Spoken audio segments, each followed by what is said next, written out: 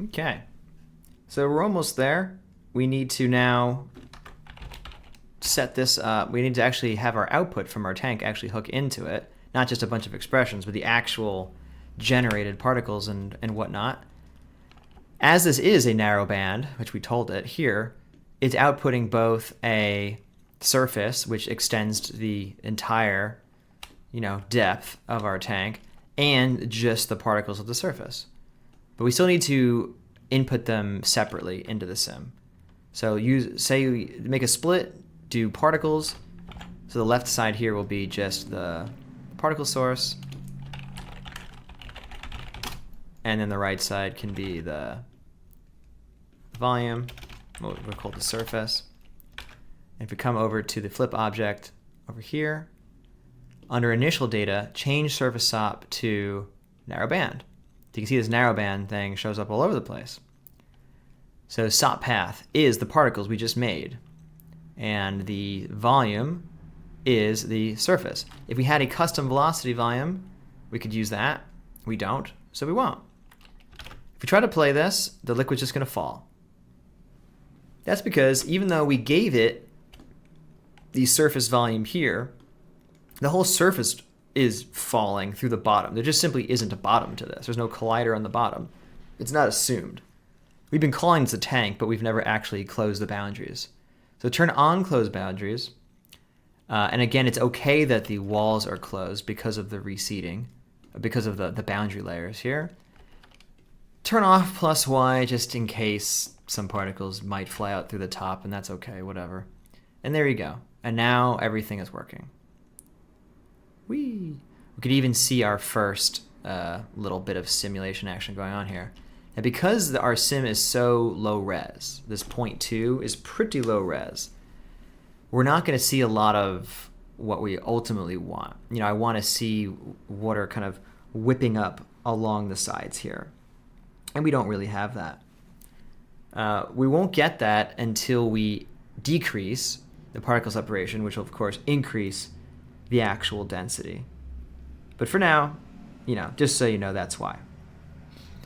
So what do we need to do in the solver here before we're finished setting it up? I'm going to turn off the visualize waterline. We also want to go to particle motion. We want to add vorticity attribute. This is an attribute we've used before in the other lesson.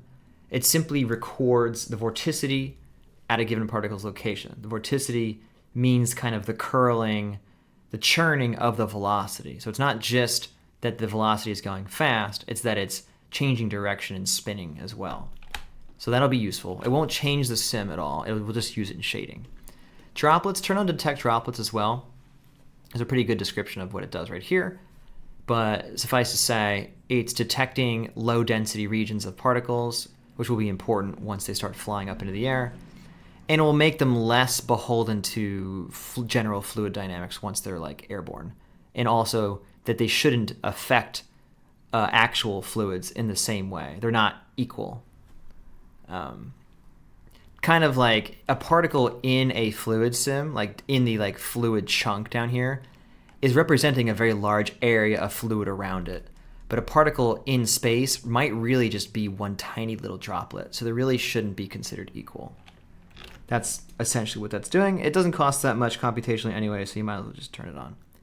And speaking of turning it on, let's go to volume motion solver and say, hey, use OpenCL. If you have a computer that can take advantage of this, you know how that goes.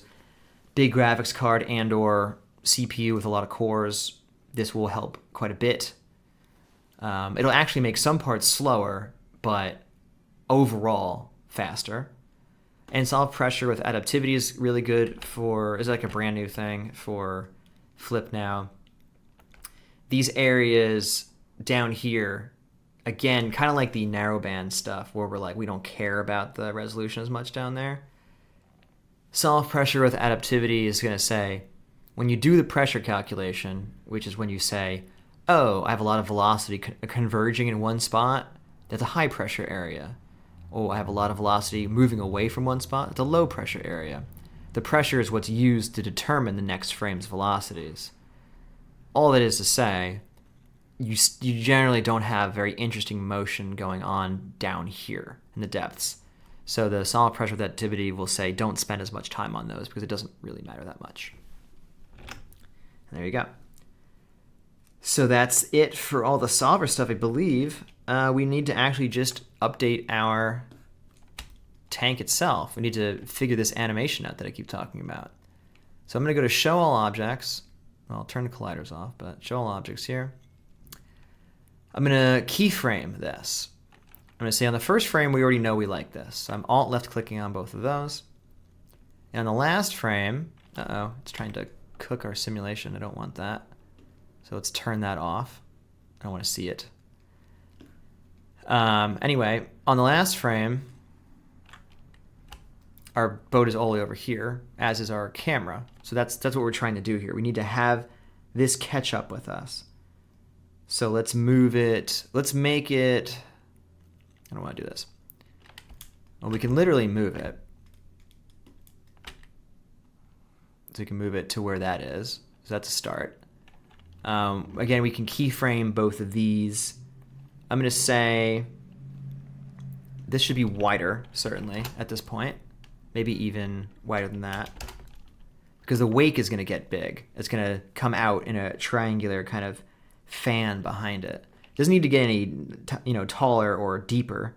So we don't need to change that. And otherwise, I would say this should be obviously much longer. But it doesn't want, we don't need it to be centered around the boat, so we'll just move it back quite a bit. Something like that.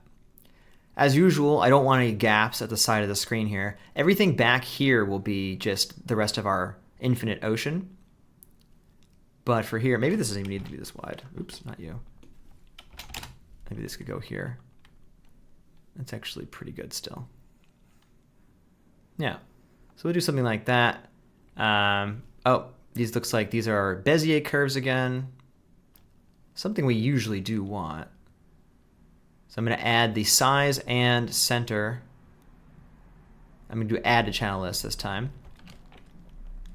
So I want to see all my curves, both the size and the center ones, make them into linear. And now if I scrub, I should see the boat never gets ahead of our thing. Very good. I don't want this to extend too much further back behind the camera either. So I want it to end fairly quickly after that. Again, I'm imagining the wake is going like this. What this is getting us is that we can just spend less simulation time up front. We only need to simulate this much smaller area. So when we are iterating on this and just simulating it in general, it'll just be less to render, less to simulate. Unfortunately, we have to, simulate and render a lot more by the time we get to here, but at least we got to save some time in the meantime. And that's about it. The solver itself is inheriting those now. It's bound to it. Oh, keep doing that. If we look at the solver on any frame but the first, it's going to try to simulate to it. At least it will by default. Let's actually do a flip book. And as I was saying before, it's not going to look so great because the resolution is so low, but we can at least test to see that everything is working so far. So I don't think we need to wait for this to finish, but you get the idea. It's all working. It's not, sinking. It's creating new liquid as it continues to expand at the waterline level. You do see this kind of little bit of a visual artifact here at the beginning. I'm going to press escape on this. Oops. Okay. We do see a little bit of a visual artifact there from the initial liquid, and then as it adds more, it's a little bit different. I don't really know what's causing that. It won't matter. I guarantee you it will not actually matter when it comes to surfacing and rendering this. So just ignore it. In any case, what I want you to focus on is that it is adding everything correctly, changing the bounds is working, and yes, the resolution is too low to really capture any of the real effect that we're going for. So let's do another, or you can just watch me, you don't have to do it.